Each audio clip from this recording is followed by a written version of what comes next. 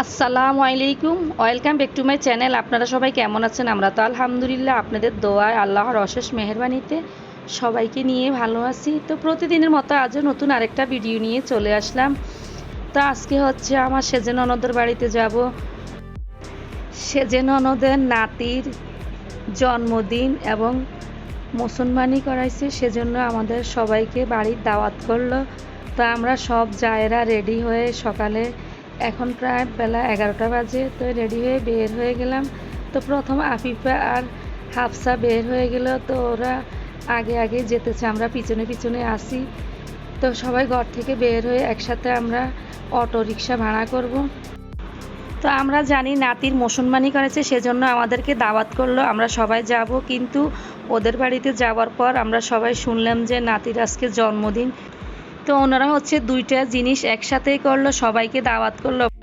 প্রায় 70 থেকে 80 জন মানুষের খাওয়ার অ্যারেঞ্জমেন্ট করলো। তো এখন আমরা মেইন রোডে উঠে কিন্তু দাঁড়িয়েছিলাম গাড়ির অপেক্ষায়। এরপর দুইটা সিএনজি আসলো, তো আমরা দুইটায় করে সবাই চলে গেলাম সোনাইমুড়িতে। ওইখানে গিয়ে আমরা ছেলে মেয়েদেরকে একটা অটো ঠিক করে ওদেরকে পাঠিয়ে দিলাম ওর পুকুর বাড়িতে। তো ওরা চলে গেল। তা আমি আর আমার ছোট জায়ে বাজারে চলে গেলাম, ওদের জন্য কিছু মিষ্টি কিনবো আর ফল কিনবো। তো প্রথমে এসে একটা মিষ্টি দোকানে ঢুকলাম, এটার নাম হচ্ছে বনফুলের মিষ্টি দোকান।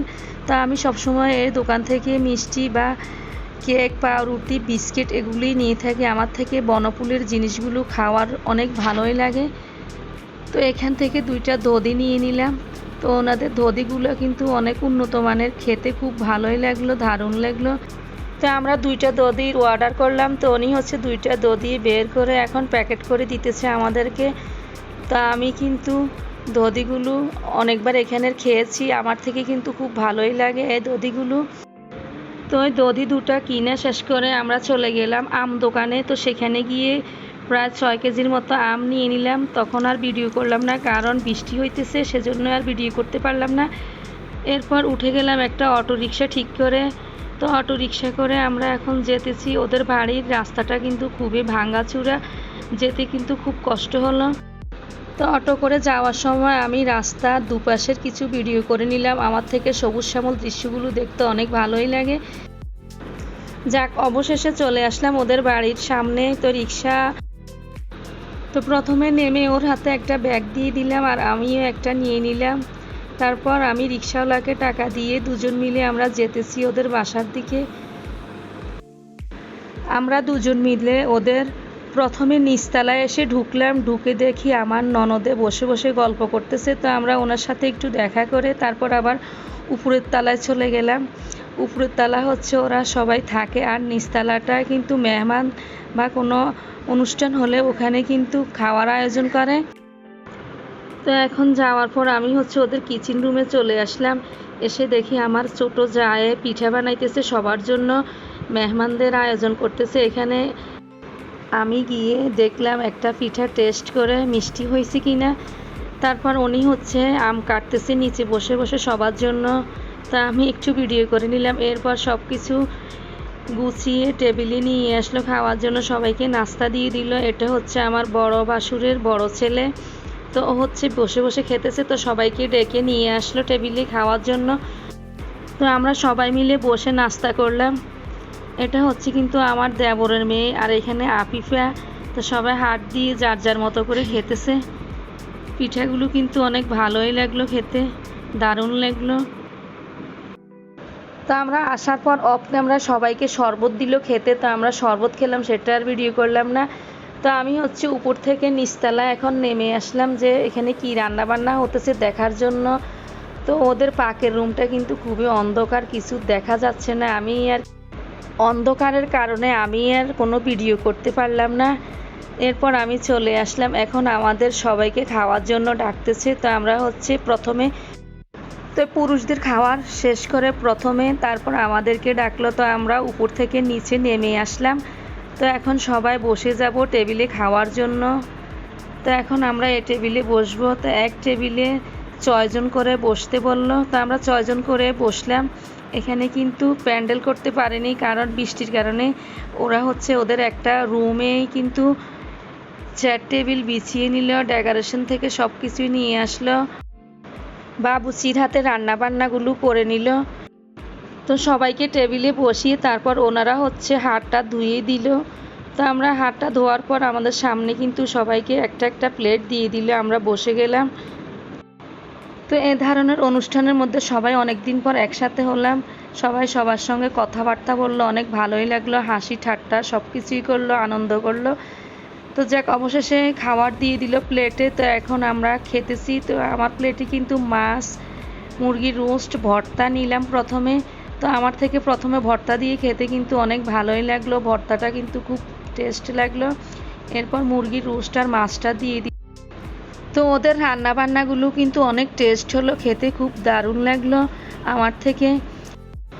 এখন যে বাচ্চাটাকে দেখেন সেটাই হচ্ছে আমাদের নাতি, ওর কিন্তু মুসলমানি করাইছে আর ওর জন্মদিন, দুইটাই একসাথে। তো হচ্ছে লেংটু, ও প্যান্ট পরতে পারে না, ওর কিন্তু ব্যথা লাগে, সেজন্য আর ও প্যান্ট পরতে পারে না, ও পাঞ্জাবি গায়ে দিয়ে হাঁটতেছে। তো ওনারা হচ্ছে আমার প্লেটের সামনে খাসির মাংসটার বাটি দিয়ে চলে গেল সবাই। ওনারা কিন্তু এই অনুষ্ঠানে অনেক আয়োজন করলো। আয়োজনটা হলো গরুর মাংস, খাসির মাংস, মুরগির রোস্ট, রুই মাছ ভাজি, ডাল, ভর্তা, ভাত, দধি, এগুলি আয়োজন। খাওয়ার দাওয়ার শেষ করে আমাদের ফ্যামিলির সবাই এক রুমে চলে আসলো, এসে বসে বসে সবাই গল্প করতেছে। আর ও হচ্ছে আমার ভাসুরের ছেলে আর দেবরের মেয়ে, ওরা দুজন বসে হুন্ডাটা চালাইতেছে। তো আমরা ওদের নিয়ে হাসাহাসি করতেছি, আর এখানে আপিপা আর আপিপার চাচাতো বোনেরা বসে গল্প করতেছে। তো এখন আসরের নামাজের আজানটা দিল, নামাজটা পড়ে আমরা সবাই রেডি হয়ে চলে আসার জন্য সব কিছু গুছিয়ে নিলাম। তো এরপর আমার ননদ এসে বলল যে কেকটা কেটে তারপর তোমরা সবাই চলে যাবা। তো যেমন কথা তেমন কাজ, তো চলে আসলাম সবাই টেবিলে। তো কেকটা দেখালো সবাইকে খুলে। কেকটা খোলার পর ও কিন্তু অনেক খুশি, ও টেবিলের উপরে উঠে লাফালাফি করতেছে। তো ওর আম্মু ওকে ডাক দিতেছে, ও কিন্তু লেংটু প্যান্ট পরতে পারতেছে না, তাই সবাই কিছু মনে করবেন না। ওই কয় বছর ল্যাংটা বুতু কিছু তো নাই, তাম দিয়া তো সামনে দিকে আই ভিডিও কর। ও আই নাই নাই মাই খান খান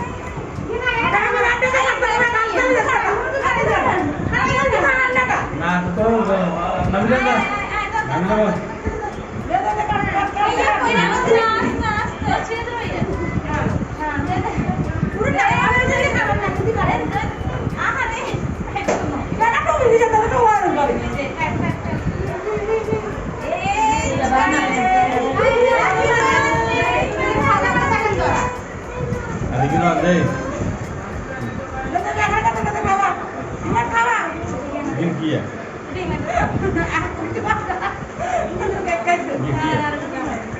জামাটা মনে আগে কেক কাটিল আর জামা কাটে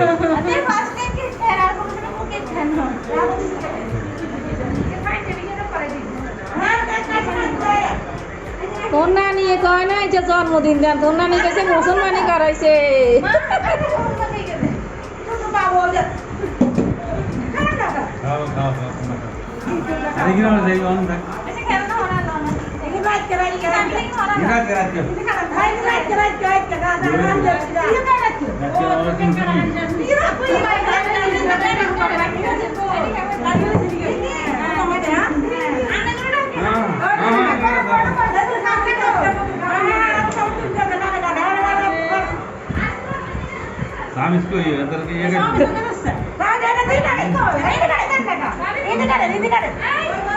আরে ইলিয়াস ভাই রে,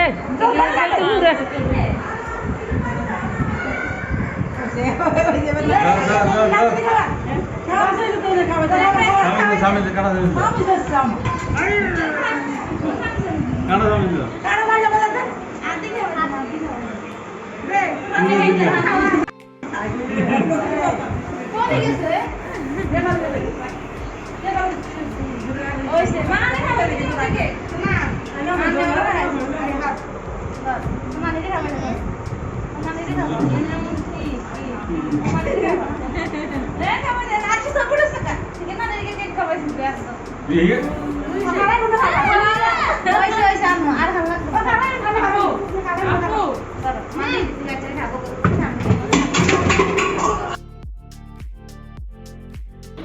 তো সবাই ভালো থাকেন, সুস্থ থাকেন। আজকের মতো এখানেই বিদায় নিলাম। আল্লাহ হাফেজ।